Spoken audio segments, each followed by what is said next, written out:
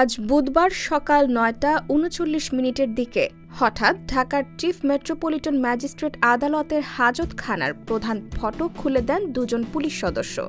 হাজতখানার সামনে ৫ জন পুলিশ সদস্য দাঁড়িয়ে, তাদের প্রত্যেকের ডান হাতে লাঠি। তাদের পেছনে মাথা নিচু করে দাঁড়িয়ে শেখ হাসিনার বেসরকারি বিনিয়োগ ও শিল্প বিষয়ক উপদেষ্টা সালমান এফ রহমান ও সাবেক তথ্য ও যোগাযোগ প্রযুক্তি প্রতিমন্ত্রী জুনায়েদ আহমেদ পলক। সালমানের ২ হাত পেছনে, ২ হাতেই পরানো হাতকড়া। পলকের ২ হাত পেছনে, ২ হাতেই পরানো হাতকড়া।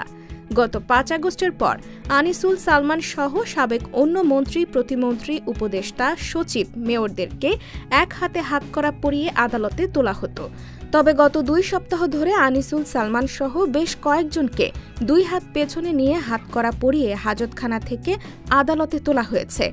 আজও সালমান, পলকদের ২ হাত পেছনে নিয়ে হাতকড়া পরিয়ে আদালতে তোলা প্রসঙ্গে পিপি ওমর ফারুকী আদালতকে বলেন, ইদানিং সালমান, আনিসুল সহ বেশ কয়েকজন আসামিকে ২ হাত পেছনে নিয়ে হাতকড়া পরিয়ে আদালতে তোলার বিষয়টি আমার নজরে এসেছে।